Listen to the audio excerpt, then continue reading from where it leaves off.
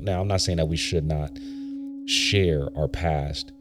I'm saying we need to be careful in how we do it. Right. That it doesn't become a new form of legalism. Right. Right. That you're spiritual when you share. Yeah. You're spiritual when you tell people your deepest, darkest, sins. Some people get glory out of that. Some people like that.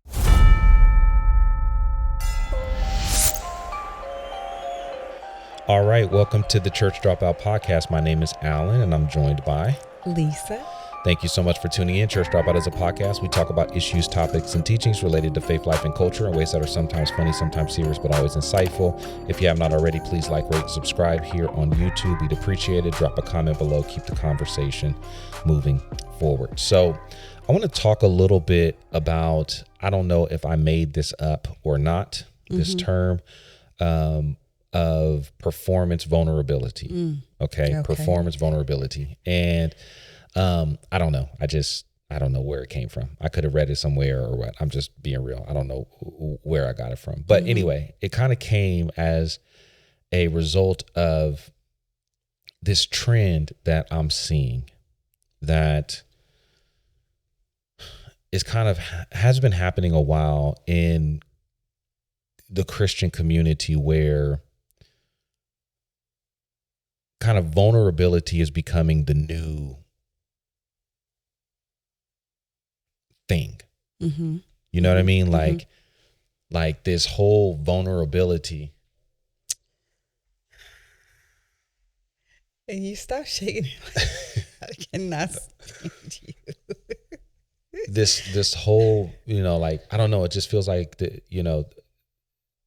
there's this idea of everyone needing to be super vulnerable, and it's becoming this new form of spirituality, There right? you go. You know, like everyone wants to be like super vulnerable, where you're sharing, the deepest, darkest, you know what I mean? And, I don't know. It's just this, it's weird, and it's subtle, right? It's being hidden, behind the idea of transparency. But for me, it's just coming off as performance vulnerability, where people are using their struggles and, their vulnerabilities to, seek attention and validation, right? Even a sense of moral superiority to some degree, right? Almost like it's look at me, I'm broken. And here's all of the things that God has delivered me from, or this is what I'm currently facing right now. And you know what I mean? And it's like, wow, look at him or look at her. They're sharing their struggles, and it's kind of used as a form of manipulation to get people to continue to follow, or to make your behavior and your actions okay. You know what I mean? Oh, they're confessing and you know what I mean? And I don't know. It's just this weird thing that I'm seeing, especially amongst celebrity Christians. Yeah. You know what I mean? And people who are in prominent positions within Christian community. There's kind of this performance vulnerability where it's used to, it's just weird to me. Yeah. You know what I mean? Like, and here's the last thing I'll say, and I want to get your thoughts on this. I don't know where we're going. We're just going. Okay. We're just driving. We're just rolling. Where, like I looked at the title of this video by this one person, and I'm like, why would you be talking about that? Like, I almost said it, but it was like this situation that they were in. And I'm like, why would you even talk about and I don't know, like, why would you bring that up? Like, why is that something to share? In fact, that's something that we should be ashamed that we participated in. And it could be bringing shame to individuals who are on the opposite end of your story. I just don't understand, like, why you'd bring up something like that, dealing with something that deep and almost making light of it. Oh, here's my story about this. and offering that to people, right? It's just weird to me. I don't know if that was clear. At least I was just trying not to, say it. So yeah, because I don't want it to be about people. Right. I want it to be about what's happening. You understand what I'm saying? Like, I don't want it to be about an individual, because people will, well, that individual, you know what I mean? Like, that's not the point. This is happening in all types of spaces. Yeah. This is not just, this is happening in Christianity, where vulnerability is becoming the new spirituality. Podcasts and everything are popping up where people are talking about the deepest and darkest things that they're going through. And it's like, wait a minute, what are we celebrating here? Right. Because it's almost making you feel as like, someone watching this or whatever, you're looking at, oh my gosh, they went through X, Y, and Z and have overcome that. They're way closer to God than I am. Yes. You know what I mean? And it almost reminds me about growing up when I used to hear this song, and it was about not having a testimony. Yes. You know what I mean? Yeah. And that's how I felt. I was like, I'm not, in no way am I perfect, but at the time when I was thinking of this, I was young, hadn't really been through anything. And so I was like, well then, maybe I'm not to be a Christian right now, because I haven't gone through anything. You know what I mean? Everybody, I feel like, has this story of, coming from here and now they're a Christian. You know what I mean? And we used to have these friends growing up. It was a family friend, and they were husband and wife. Yeah. And he was, her, he was her pimp, and she was his prostitute. Does that make sense? Yeah.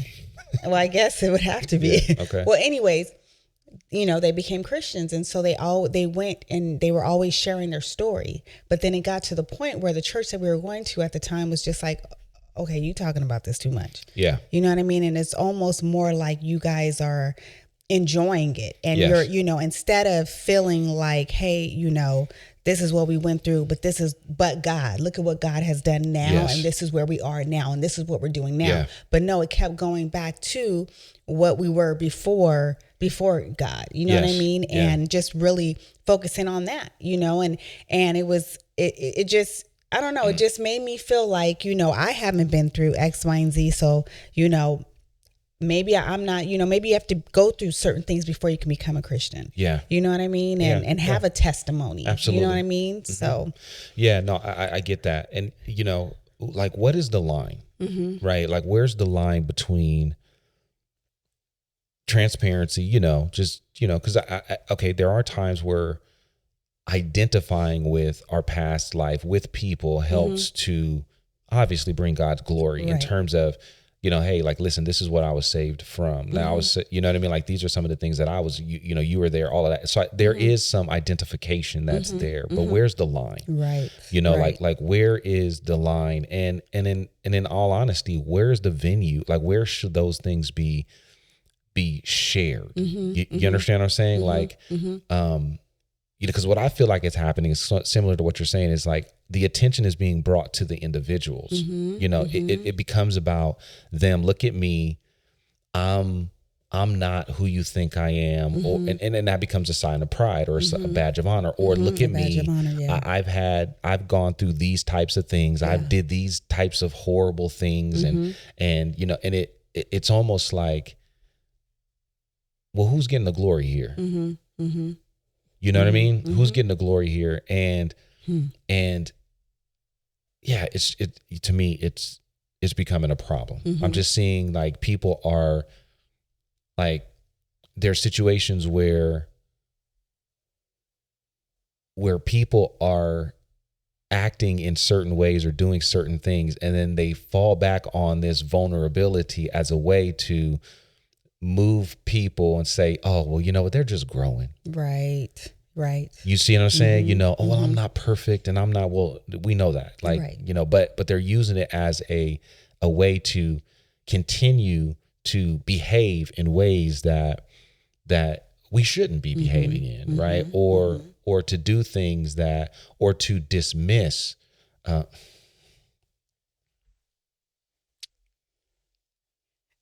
about to pull this thing out of the wall. I'm so mad. But yeah, they're using it as a way to, continue support and even almost lower the standard, lower the bar on how they should be representing themselves. Again, I just feel like it's manipulation. You know, it's not spirituality. Or maybe it starts off with good intentions, but then leads into, you know what I mean, manipulation, or leads into off of seeing what comes from it.